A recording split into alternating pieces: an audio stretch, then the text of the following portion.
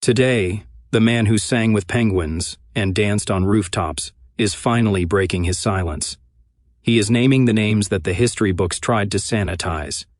He has seen the Golden Age icons not as the gods we worshipped, but as the fragile, often monstrous human beings they were when the red light went out.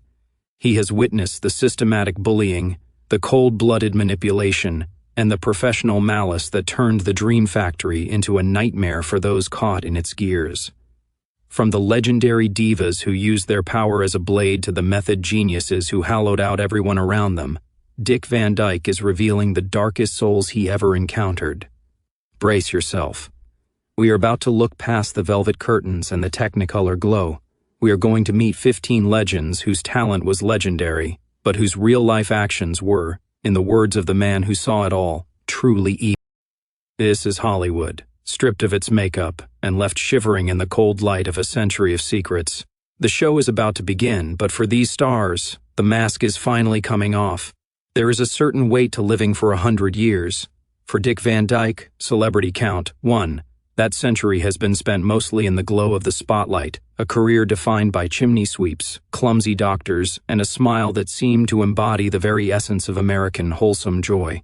But when you are the last man standing from the golden age of Hollywood, you carry more than just memories of laughter and applause. You carry the secrets of the people who inhabited that world alongside you, the icons the world loved, but who possessed souls that were far darker than any script could ever portray. At nearly 100 years old, Dick Van Dyke has finally begun to speak about the shadows behind the silver screen. He has seen the masks slip, the egos explode, and the cruelty that was often the true engine of greatness. Today, we look at the 15 actors whose reputations were polished by PR departments, but whose real lives were marked by a coldness, a manipulation, and a darkness that few dared to talk about, until now. The first name on this list of the difficult and the dark is Joan Crawford, celebrity count 2. To the public of the mid-century, she was the epitome of glamorous strength, a woman who had willed herself into superstardom. But Dick Van Dyke and those who navigated her era knew a different Joan. Behind the heavy eyebrows and the tailored suits was a woman whose need for control was pathological. She didn't just want to be a star, she wanted to own the air in the room. Her cruelty wasn't limited to the legendary mommy dearest stories of her domestic life. It was a professional weapon. Joan was known to systematically dismantle any younger actress she perceived as a threat, using her influence to bury careers before they even began. She lived in a state of permanent psychological warfare, treating every interaction as a battle for dominance. Dick remembers the chill that would enter a set when Joan arrived, a woman who used her beauty as a blade and her fame as a shield for a deeply embittered and unforgiving spirit. If Joan Crawford used a blade, Marlon Brando, celebrity count 3, used psychological siege. Brando is often cited as the greatest actor who ever lived, but the man behind the genius was a figure of immense, often casual cruelty. By the 1970s, Brando had become a master of the ego strike, intentionally sabotaging productions and psychologically torturing directors just to see them crumble. Dick Van Dyke recalls the stories that rippled through the industry of a man who possessed no empathy for his fellow performers. Brando would refuse to learn lines, force co-stars into hours of humiliating improvisations, and use his power to make everyone on set feel as small as possible. He was a man who felt the world was beneath him, and he took a perverse joy in proving. The brilliance he brought to the screen was often the result of the misery he inflicted behind it. A man who had conquered the art of acting but had utterly failed at the art of being human. 1340. Perhaps no one in Hollywood history embodied the word evil in a professional sense more than Klaus Kinski, celebrity count 4. While he was a staple of international cinema, his reputation for genuine dangerous madness was something Dick Van Dyke and his contemporaries viewed with a mixture of awe and terror. Kinski was not just difficult, he was a predator on set. He was known to physically assault directors, threaten co-stars with weapons, and go into rages that lasted for days. He possessed a level of narcissism that was truly frightening, believing that his genius excused any level of abuse. He didn't just play villains, he brought a very real, very present darkness into the lives of everyone who was forced to work with him. His presence was a literal threat to the safety of a production, and he remains the ultimate example of a talent that was entirely inseparable from a truly monstrous personality. Faye Dunaway, celebrity count 5, is a name that Dick Van Dyke mentions with a specific kind of weariness. In the 1970s, she was the ice queen of Hollywood, a woman of breathtaking talent and an even more breathtaking reputation for cold, calculated difficulty. Dunaway was a perfectionist, but her perfectionism was a weapon she used to belittle those she felt were beneath her, which was almost everyone. The stories of her behavior on film sets are the stuff of legend, throwing liquids at directors, demanding the impossible from crew members, and maintaining a level of isolation that made collaboration impossible. Behind the sophisticated exterior was a woman who seemed to find a strange comfort in conflict. She didn't just demand respect, she demanded a level of subservience that hollowed out the joy of filmmaking for everyone involved. She was a star who shone brightly, but the heat she gave off was enough to burn anyone who got too close. Frank Sinatra, celebrity count 6, was a man who held the world in the palm of his hand, but he held it with a grip that was often terrifying. While Dick Van Dyke maintained a friendly public relationship with the chairman of the board, he knew the reality of the Sinatra inner circle.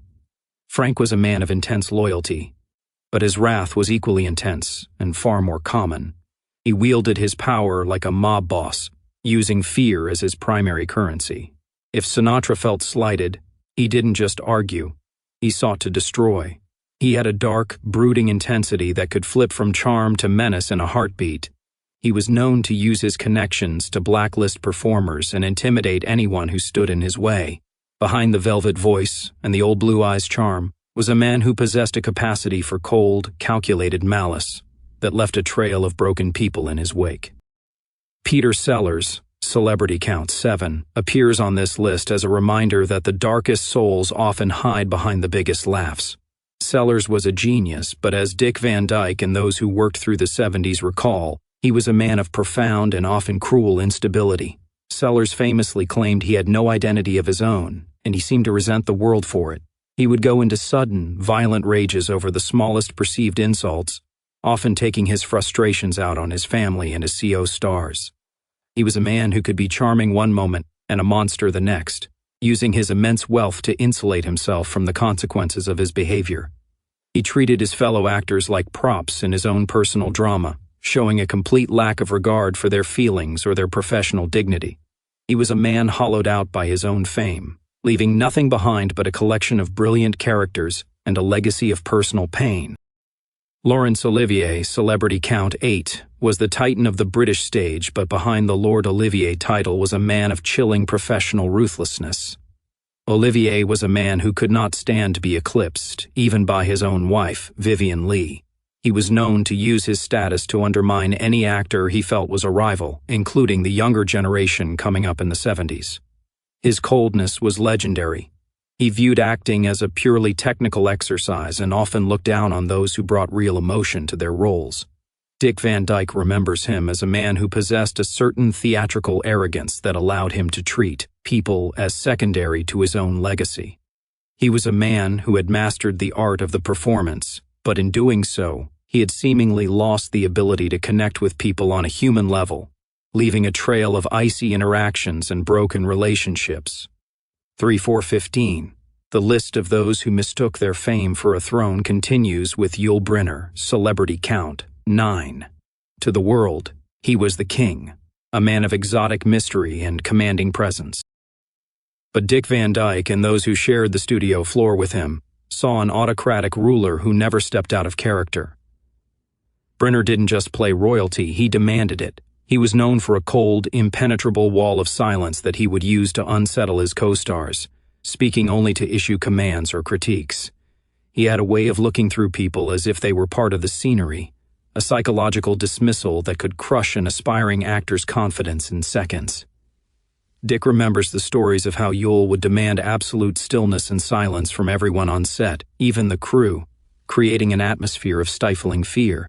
He was a man who had become a prisoner of his own stern image, refusing to allow a single moment of human warmth to crack the polished surface of his persona.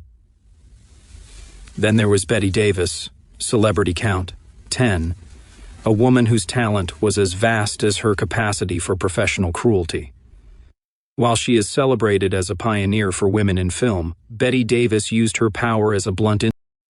Dick Van Dyke saw how she treated the industry like a zero-sum game.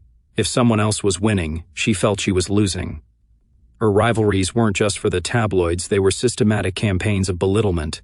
She was known to use her sharp wit to publicly humiliate TO stars, often waiting until the cameras were about to roll to deliver a stinging insult designed to ruin a performance. She possessed a warrior spirit that had curdled into a bitter intolerance for anyone she deemed less than perfect. Behind those famous eyes was a mind that viewed kindness as a weakness, leaving a trail of scorched earth in every dressing room she ever occupied. 3850, one of the most painful secrets Dick Van Dyke carries, involves a man the world remembers as a joyful athlete of the screen. Gene Kelly, celebrity count 11. To watch Gene Kelly was to watch the very definition of grace and happiness, but the reality of his boot camp rehearsals was a nightmare of psychological and physical endurance. Kelly was a relentless perfectionist who viewed his dancers not as people, but as tools to be used until they broke. He was known to scream insults at his partners until they were in tears, only to demand they keep dancing on bloody feet. Dick recalls the stories of Kelly's cold, detached anger, a man who would not tolerate the slightest human error, and who often used physical intimidation to get what he wanted. The joy we see in his films was often manufactured out of a genuine atmosphere of misery and exhaustion, a dark truth hidden behind a flawless, athletic smile. Milton Berle, celebrity count 12, known as Uncle Milty, was the first true superstar of the television age.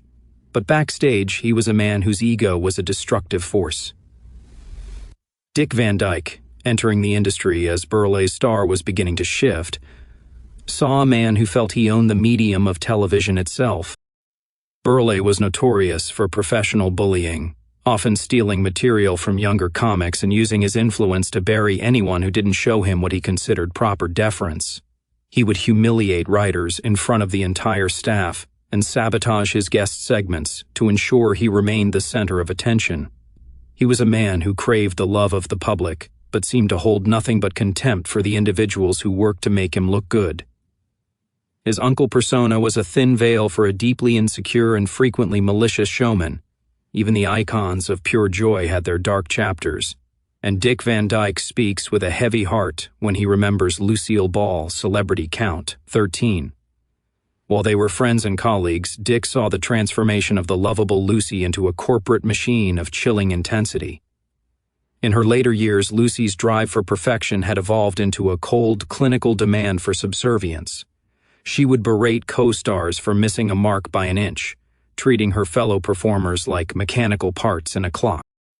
The warmth she displayed on camera would vanish the moment the red light went out, replaced by a distance that was both confusing and hurtful to those who grew up idolizing her.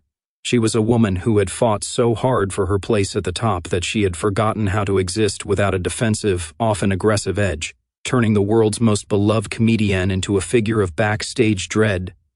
Jerry Lewis, celebrity count 14, is a name that Dick Van Dyke associates with a specific kind of tragic brilliance. Lewis was a pioneer of comedy, but he possessed a dark, erratic streak that made him one of the most difficult men in the history of the industry. He was known for sudden, inexplicable shifts from manic affection to cold, biting cruelty. He treated his assistants and co-stars with a level of dismissiveness that bordered on the sadistic, often making them wait for hours just to satisfy a whim. He used his fame as a license to be unmanageable, disrupting sets and alienating the very people who were trying to help him. Behind the goofy kid act was a man who felt the world owed him everything and who was willing to humiliate anyone to get his way. A man whose genius was matched only by his inability to find empathy for those around him. Finally, we must speak of Mickey Rooney, celebrity count 15. Rooney was the ultimate child star who never truly learned how to be a man in a world that stopped treating him like a prince. Dick Van Dyke watched as Rooney navigated his later career with a chip on his shoulder the size of a mountain. He was notoriously abrasive, often shouting down directors and treating his fellow actors with a biting sarcasm that made collaboration impossible. He carried a deep resentment for the way the industry had changed, and he took that bitterness out on everyone he encountered. He was a man who had been told he was a legend since he was 5 years old, and he used that status as a weapon to make everyone else feel inferior. He spent his final decades in a cycle of marriages and professional conflicts. A man who had once had everything but ended up with a reputation for being one of the most difficult, and at times, cruelly vindictive people in Hollywood. 4646. The list of those who traded their humanity for the cold comfort of fame does not end there. As we move into the deeper, darker corners of the Golden Age, Errol Flynn, celebrity count, 16, emerges as a figure of dual existence. To the world, he was the ultimate swashbuckler, the hero of Sherwood Forest who moved with a grace that seemed gravity-defying. But Dick Van Dyke saw the wreckage Errol left behind. Flynn wasn't just a reckless partier. He was a man who possessed a predatory, almost nihilistic disregard for the lives of others, particularly women. He lived by a code of total selfishness, often involving himself in scandals that would have ended any other career. He treated the people around him as fuel for his own self-destruction, possessing a charm that was as dangerous as it was seductive. Dick remembers him as a man who had completely surrendered to his worst impulses, leaving a trail of broken hearts and ruined reputations in a life that was less of a romantic adventure and more of a cautionary tale of unchecked appetite. 4815, Rex Harrison, celebrity count, 17, is a name that still carries a chill in certain theatrical circles. Known as Sexy Rexy by the press, he was the quintessential English gentleman on screen, most famous as Professor Higgins in My Fair Lady. However, backstage, Harrison was a man of staggering arrogance and calculated cruelty. Dick Van Dyke recalls the stories of Harrison's treatment of his staff and co-stars. He would often refuse to speak to anyone he considered beneath him, and he had a way of using his sharp tongue to humiliate performers during rehearsals. He was notoriously cold, even in the face of tragedy. When his former lover Carol Landis took her own life, his reaction was one of detached concern for his own reputation, rather than grief. He was a man who had become so convinced of his own brilliance that he viewed other people as mere set dressing in the play of his life. 5030. Even the voices of peace on earth had their hidden discord. Bing Crosby, celebrity count, 18, was the father figure of America, a man whose smooth baritone seemed to calm the entire world. But Dick Van Dyke, and later Crosby's own children, revealed a man who was cold, clinical, and often cruelly disciplinarian. Backstage, the mellow Bing was a man of ironclad control. He was known to be distant and demanding, showing little of the warmth he projected to his millions of fans. He treated his family like employees and his colleagues with a business-like detachment that felt like a betrayal to those who grew up on his white Christmas image. He was a man who had mastered the art of the facade, proving that the most comforting voices can sometimes belong to the coldest heart. William Shatner, celebrity count, 19, represents a different kind of darkness, one of absolute all-consuming ego. While Dick Van Dyke navigated the world of variety and film, he watched as the cast of Star Trek struggled under the weight of Shatner's need for dominance. Shatner was notorious for stealing lines from his co-stars, demanding that the cameras always be focused on him, and treating his fellow actors as if they were invisible. This wasn't just professional ambition, it was a systematic erasure of the people around him. He created an atmosphere of deep resentment and isolation on set, choosing to be the center of a lonely universe rather than part of an ensemble. He remains a symbol of how the need for validation can turn a person into a black hole that sucks the joy out of everyone else's creative life. The Ice Queen had a male counterpart in Alain Delon, celebrity count. While he was a titan of European and international cinema, his reputation for being genuinely chillingly mean was something Dick Van Dyke and his contemporaries heard often. Delon was a man of immense beauty, but that beauty masked a personality that was often described as sociopathic. He was known for his arrogance, his involvement in dark underworld scandals, and a total lack of remorse for the way he treated his romantic partners and professional rivals. He didn't just walk through life, he stalked through it, using his power to intimidate and control. He was a man who seemed to have no internal warmth, a star whose light was as cold as a dead moon. Tallulah Bankhead, celebrity count, 21, was a force of nature, but that nature was often destructive. A legend of the stage and early screen, she was a woman whose wit was a lethal weapon. Dick Van Dyke remembers her as a person who possessed a frightening lack of boundaries. She would use her fame to shock, offend, and manipulate everyone in her orbit. Her eccentricity was often a cover for a genuinely mean-spirited streak, where she would publicly mock the insecurities of those around her just to see them flinch. She was a woman who craved chaos and would often manufacture it at the expense of others' mental health. She was a brilliant performer, but her life was a performance of calculated outrageousness that left little room for genuine human kindness. 6015, Walter Matthau, Celebrity Count 22, is often remembered as the lovable, grumpy old man. But behind that persona was a man who could be genuinely, bitingly cruel. While he was a master of his craft, Matthau was known for his gambling debts and the foul moods they would produce.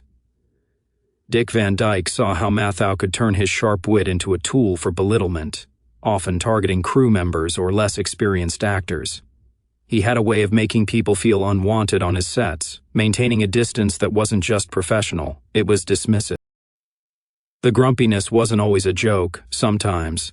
It was the manifestation of a man who had grown tired of the people who paid to see him, a star who had lost the ability to appreciate the world that had given him everything. Shelley Winters, Celebrity Count 23, was an actress who used the method as a psychological cudgel. While her talent was undeniable, her behavior on set was legendary for its draining, often abusive nature. Dick Van Dyke recalls the stories of how Winters would use her process to disrupt productions, screaming at co-stars and making impossible demands in the name of her art. She was known to be manipulative, playing colleagues against each other to create the tension she felt she needed for a scene. She was a woman who believed her talent gave her the right to be a professional nightmare, turning every project she worked on into a grueling marathon of her own ego. Clark Gable, Celebrity Count 24, was the king of Hollywood, but he ruled with a cold, often unforgiving hand. To the public, he was the ultimate man's man, but Dick Van Dyke knew the reality of Gable's professional ruthlessness. Gable was known to be intensely competitive, and could be cruelly dismissive of those he didn't consider useful to his career. He had a way of freezing people out, using his status to ensure that he was always the most important person in the room, regardless of who he had to step on to get there. Behind the famous mustache and the rakish grin was a man who viewed the world through the narrow lens of his own power, leaving a legacy of distant, often icy professional relationships. Finally, we must mention Stanley Kubrick, Celebrity Count 25, who, while primarily a director, inhabited the role of the creator with a darkness that broke the actors who worked for him. Dick Van Dyke watched as friends like Shelley Duvall were systematically dismantled by Kubrick's demands. Kubrick wasn't just a perfectionist, he was a man who used psychological torture to get a performance. He would force actors to repeat scenes hundreds of times until they were in a state of literal mental collapse.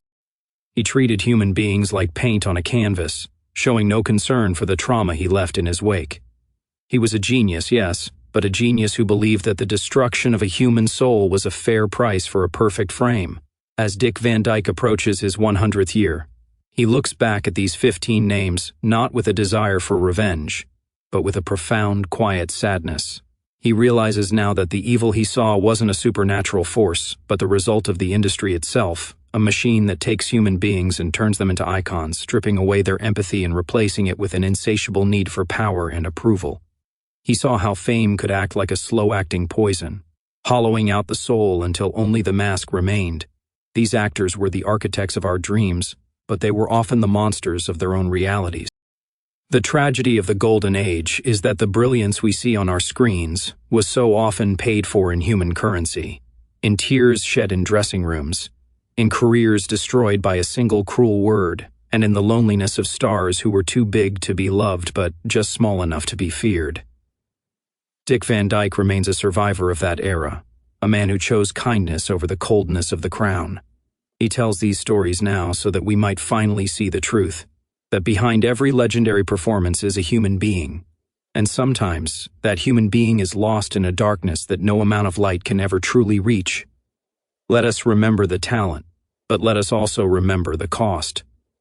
As the final curtain begins to close on the Golden Age, we are left with the realization that the most important thing a person can be is not a star, but a human. The credits have rolled, the studio is dark, and the legends have moved on, leaving us to wonder if the price of immortality was ever really worth the soul they had to trade for it. Goodbye to the kings, the queens, and the monsters. The show is finally truly over.